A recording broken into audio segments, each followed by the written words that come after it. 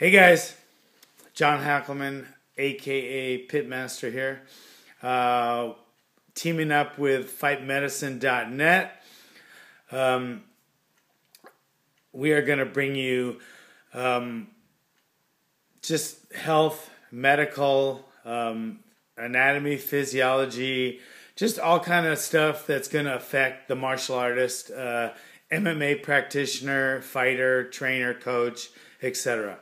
We're going to go over a whole cornucopia of topics, and since I do have a little bit of medical experience, I'm a registered nurse and a respiratory therapist, and just an all-around pretty smart guy. I was a fighter, had a lot of fights, so I have that edge, and I am a trainer. So I'm going to bring those things together and just try to bring light to some topics. Today's topic is going to be the weight cut, trying to do it safely and some of the dangers of it and a little bit of the physiology of it and why it is dangerous. There's three parts of it, and we're going to talk about, to me, the most intense part of it and potentially the most dangerous part of it, the actual weight cut. The actual water loss, the dehydration, and then there's another part to it, the rehydration and how to do that. We're going to talk about IV therapy, oral, rehydration, what to drink, etc. And on the front side of that is going to be the dietary cutting before the fight. Okay. But let's just jump right in. Right now I'm talking about the weight cut, okay? It's Thursday afternoon. You're going to weigh in Friday afternoon. You're 14 pounds over. It's time to start getting rid of some water, okay? Now there's a lot of different ways to do that. People go through all kind of crazy regimens now with everything from Epsom salts, wintergreen rubbing alcohol, hot baths, saunas, plastic suits, sweet sweat, which is great. There is a thermogenic agent in it. Abilene cream, Trace Flores. Me and Jason love to use that on all our fighters. But there's all kind of ways, okay? So let's just go over a couple things real quick. In that final 24 to 36 hours, you're not going to lose much more weight by dieting. It's too late, okay? You are there. You need to just get rid of your fluid. Your body is about 75% water. Get rid of some of it, and that's going to be the fastest way to make that weight. Okay, and the best way to lose it, because you can just put it back on by drinking water, and then come fight time, you're gonna gain it back. Okay, the main reason people cut so much weight now is for an advantage. Okay, the heavier person has the advantage. There's no doubt about it, or else there wouldn't be weight classes. We know this. Okay. So your average person that fights at 170 walks around probably at 195, maybe a little more, maybe a little less. I'm just going to say they walk around at about 195, okay? Now that person that walks around at 195 weighs in at 170, that same person will fight at about 185, okay? So when you see those guys fighting welterweights at 170 when they weighed in, by fight night, both of them are probably about 185. Okay? And the reason they go through so much pain and suffering for that final weight cut is because if that person is about 175, okay, and his opponent's 185, he's at a 10-pound disadvantage come fight day. All right? So you want to be as heavy as you can when you're in the ring or in the cage, okay? So to do that, you're as heavy as you can, and cut as much water as you can, because you can gain that water back right after the weigh-in till fight night, okay? Then you're at a more even playing field, okay? I hope that makes sense. It's a little complicated even to me, and I'm the one saying it, okay? So there's a couple of real problems with the weight cut. And let me tell you a little bit of them right now. Is water controls your electrical system, okay? It's your conductors, okay? And the wires are called electrolytes, okay? They carry the electric charges throughout your body, okay?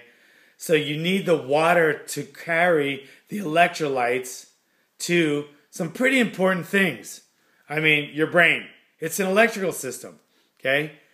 When they measure your brain wavelengths, they use an EEG, an electroencephalogram.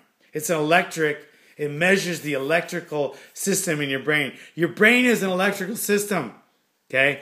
So if that electrical system doesn't work, you're dead, okay? You have seizures, okay? You get brain damage, all right? It's not good. I mean, there's no way around it. Messing with that electrical system goes right to your brain. Your brain is an electrical system. Electrolytes are very important, okay, in balancing out your bodily functions, okay? And like I said, some pretty important ones, okay? Your heart is run all by electricity, okay? All by electricity, okay? So when your electrical system goes haywire, your heart does too, okay? Your brain and your heart, hey, those are two pretty big organs you got. Pretty important, okay? When they kill inmates, death penalty with the injection, it's potassium, okay? And the reason they give you potassium is because it throws everything off. Everything wants to be balanced, okay? You got sodium, you got chloride, okay? You got potassium, okay? You got phosphorus, you got magnesium, okay? There's pluses and negatives, okay? And they all have to be balanced or you start going nuts, okay? It has to be balanced or it starts short-circuiting. And short circuits in your heart don't usually end well for you, okay? So you want to keep your electrolytes balanced at all times, okay? So our water is very important. Hydration, 75% of our body is water. Hydration is very important in the balance of the electrolytes. When you start losing too much water, the concentration of the electrolytes becomes imbalanced, okay? The kidneys start trying to make up for it. Really, they start working really hard. I mean, dehydration can lead to really terrible things like kidney failure, okay? Like cardiac arrhythmias, like seizures. Not good things, okay? So that final weight cut that you guys are doing, okay, you have to be very careful when doing it, okay? Some things are just, a given. You're going to feel weak. Sometimes you get some minor cramps, okay? Definitely thirsty. You have a hard time sleeping. You don't think straight sometimes. There's a reason for it, electrical activity. So when those things start happening, okay, it's a warning signal now, guys, okay? You start depleting your body of more fluid, it's just going to get worse, okay? And some of these things are reversible once you start rehydrating, but you must be careful because some of them might not, okay? Cardiac arrhythmias, a lot of them, are reversible, but some aren't, okay? Some aren't, and some cause permanent damage. Just the little bit of crazy thinking when you're dehydrated, okay? That's usually reversible when you start hydrating. But if it gets too bad, it might not, okay? So please, my biggest advice is cut down as much as you can before you go, before your final week of the fight. Cut down by proper diet, upping your cardio, decreasing but not depleting your carbs, okay? And get as lean as you can comfortably, okay, before you make that final cut. It'll make that final cut that much easier and safer, okay? Anyway, that's all I got to say. If you guys have any questions, please feel free to contact me through the pit.tv or contact all of us through thefightmedicine.net. And I'm going to be teaming up with them now, so we're going to go over all this stuff.